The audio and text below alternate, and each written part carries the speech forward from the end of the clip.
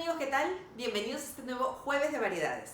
El día de hoy les traigo un tema muy interesante. Como saben, los Jueves de Variedades justamente la idea es no contar cuentos o pequeñas historias para tener un poco más de variedad. Ya he leído poesía, teatro, fragmentos de novelas y hoy les traigo más bien un pedazo de historia. Historia muy importante para nosotros porque es la historia del pisco. No lo digo importante para nosotros porque me crea alcohólica o conocedora del pisco. No, también no. Me considero una simple consumidora de este riquísimo licor de bandera. Pero justamente por eso, porque la gente no sabe, porque tengo amigos extranjeros que ven mi canal, ven mis videos, y a todos yo siempre les hablo del pisco y muy pocos han tenido la oportunidad de probarlo.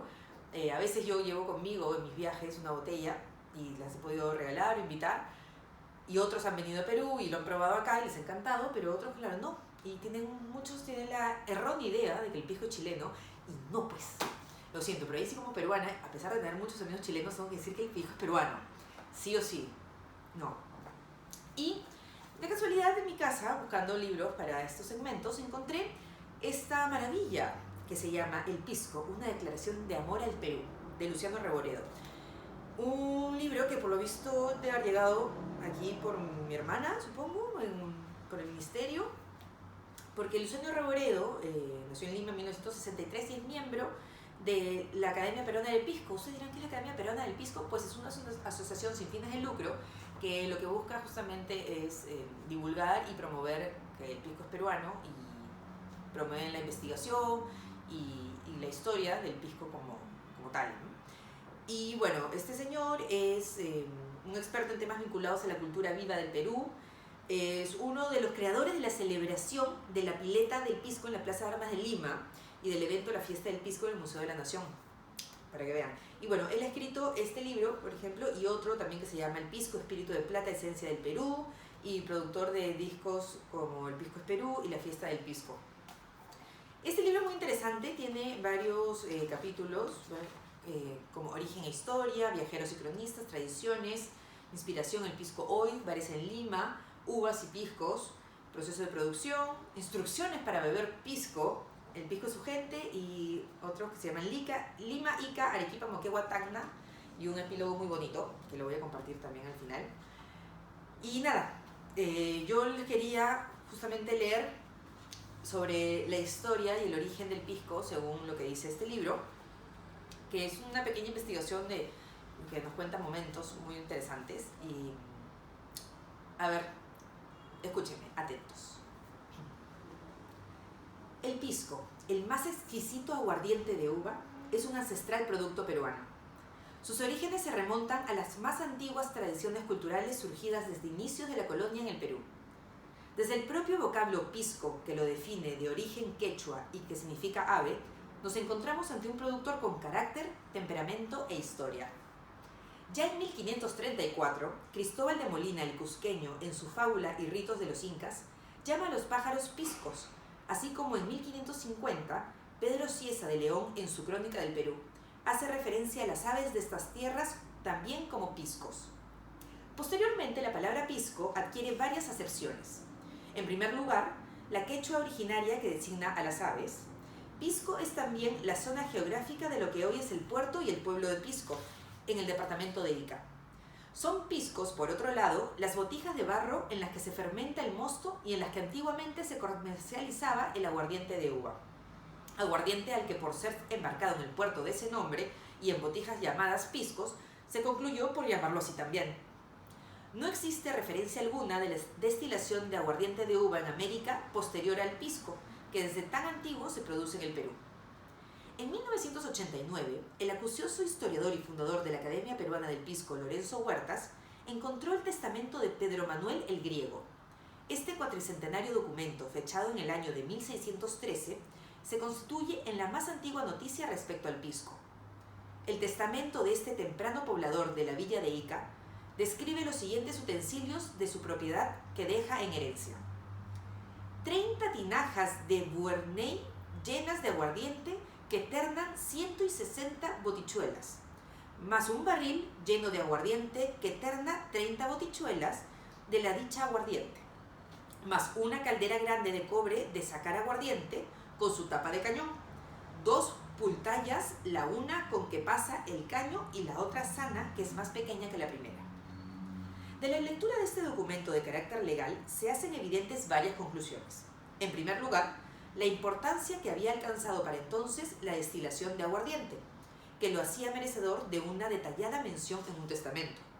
En segundo lugar, que si bien el testamento es de 1613, es lógico pensar que el desarrollo de esta manufactura haya significado varios años de trabajo, por lo que posiblemente los orígenes de la bebida que nos ocupa se remonten al siglo XVI. En tercer lugar, que el modo de destilación entonces, ya que el testamento habla de una caldera grande de cobre de sacar aguardiente con su tapa de cañón, era con la tradicional falca, cuyo uso aún conservan muchos productores iqueños y sobre la que volveremos más adelante en el libro. En la búsqueda de más referencias tempranas sobre el pisco, conviene recordar que si bien en 1522 la Casa de Contratación de Sevilla había emitido una ordenanza para que todas las naves que zarpasen hacia el Nuevo Mundo llevasen cepas, esta indicación no siempre se cumplía, pues al menos en el caso peruano no existe ninguna referencia acerca de que Pizarro, al llegar en 1532, haya traído las correspondientes cepas. En ese sentido hay que tener en consideración que él no partió de España, sino de Panamá. La inmigración e intercambio de productos en esos primeros años de mestizaje en el Nuevo Mundo ha de haber sido notable. Hay que imaginar lo que habrá sido el hallazgo de la papa, el maíz, los diversos tipos de ají para los atónitos españoles, o los que habrán sentido aquellos neófitos olfatos al primer contacto con el cacao y otros exóticos productos. No menor habrá sido la sorpresa de los nativos y primeros mestizos al descubrir las delicias de la uva, los higos y la magnificencia de un buen asado de cerdo, por ejemplo. No tardarán en incorporarse a este crisol de gozos, deleites y aromas el vino y luego, por supuesto, el pisco. Obviamente los primeros vinos llegaron de fuera y eran atesorados por sus dueños, consumidos con deleite y avaricia. Lógicamente el vino también llegaba para el santo sacrificio de la misa, aunque la distancia hizo que muchas veces sea escaso y no se pudiese obrar el milagro de la conversión del vino en la sangre de Cristo. Se produjo entonces la penosa situación de ver por las calles y plazas de Lima al arzobispo en persona, acompañado de lo más distinguido del clero limeño en búsqueda de la limosna del vino para poder cumplir con el sagrado precepto. El genial cronista mestizo Garcilaso de la Vega da cuenta de la precoz producción de vino en el Cusco, donde según él se obtuvo la primera cosecha de uvas y se vendió por primera vez la fruta fresca, producción que procedería del Valle de la Convención. Según esta misma fuente, el primer vino elaborado en el Cusco se elaboró en la hacienda Marcahuasi, propiedad de Pedro López de Casalla, quien habría actuado llevado por su afán de ganar la fama de haber sido el primer en elaborar el vino en esas tierras. De este primer cultivo en el Cusco, la uva se habría propagado en todo el reino del Perú, Lima, Ayacucho, Moquegua, Tacna e Ica. Esta afirmación de Garcilaso es sin embargo insegura, pues es evidente que para que las vides puedan haber llegado al Cusco tienen que haber venido de la costa. En este sentido, la polémica existe y hay quienes afirman que la primera producción de vino fue en Moquegua, donde existen tinajas fechadas en los primeros años de la conquista, aunque sin estudios que documenten su origen y su uso exacto. Lo que sí existe es la referencia de Juan Antonio Montenegro y Ubaldi, que en sus noticias de la ciudad de Santa Catalina de Guadalcazar, de Moquegua, da cuenta de quiénes habrían sido los primeros viñateros de Moquegua, allá por el año 1597. Para mostrar otro aspecto de la polémica, conviene mencionar que existen indicios para creer que las primeras vides habrían llegado a Lima en 1546 y 1549, junto con otros frutales y productos de ultramar. Sin embargo, la historia oficial nos dice que fue Francisco Caravantes quien en 1553 trajo al Perú cepas de vid provenientes de las Islas Canarias y las plantó a las afueras de Lima. También surge en esta disputa la hipótesis de que habría sido Arequipa, donde las primeras parras fueron producidas y se elaboró el primer vino de América.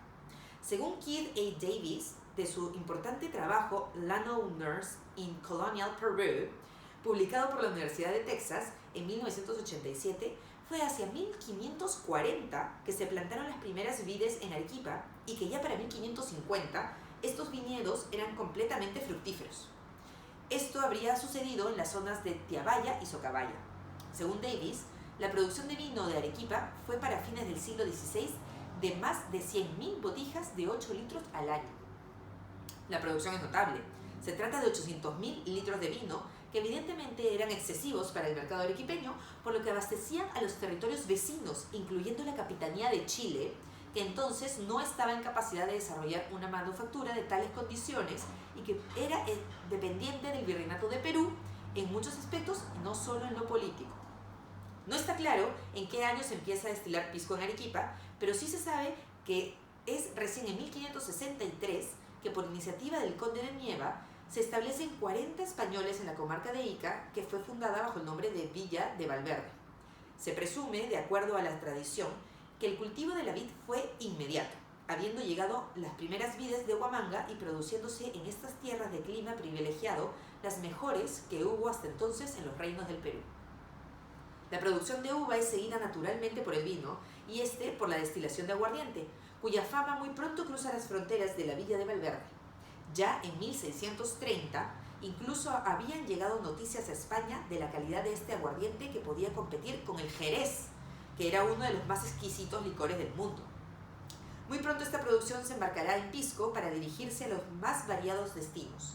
El tráfico comercial de esta antigua caleta era de tal magnitud que en 1640 el virrey Marqués de Mancera decidió dar fundación a la villa de San Clemente de Mancera, aunque en la práctica seguirá siendo llamada escuetamente pisco, palabra imbatible y pertinaz que sobrevive hasta nuestros días para llamar así al muy delicado y orgulloso aguardiente de uva del Perú. Su producción se inició prontamente en los primeros años de la conquista y su consumo masivo se estableció en paralelo al de la chicha.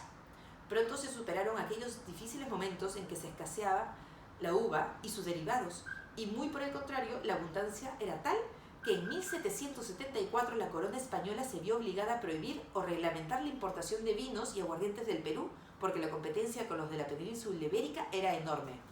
¿Se imagina?